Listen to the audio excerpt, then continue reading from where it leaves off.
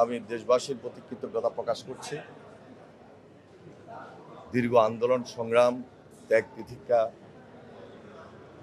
এবং এই আন্দোলন সংগ্রাম করতে গিয়ে অনেকেই গুম খুনের শিকার হয়েছেন, শহীদ হয়েছেন। আমি তাদের আত্মার মাগফিরাত কামনা করছি, দেশবাসীর প্রতি কৃতজ্ঞতা প্রকাশ করছি এবং সকলের সহযোগিতা কামনা করছি।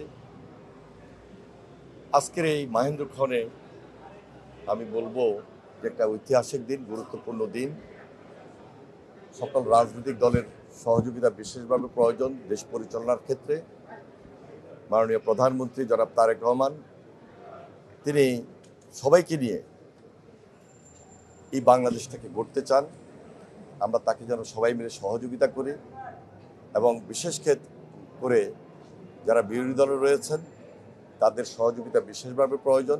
রেইনবো অলরাউন্ডার এক্সটেরিয়র পেইন্ট বাড়ির বাহিরের দেয়ালের সুরক্ষা নিয়ে থাকুন নিশ্চিন্ত, সাথে পাচ্ছেন 10 বছরের ওয়ারেন্টি। কারণ এই বাংলাদেশটাকে আমাদের নতুনভাবে চিন্তা করতে হবে, নতুনভাবে গড়তে হবে। আমরা দীর্ঘদিন অন্ধকারে ছিলাম, নতুনভাবে এই দেশটাকে গড়ার মাধ্যমে আলোর দিকে এগিয়ে যেতে চাই।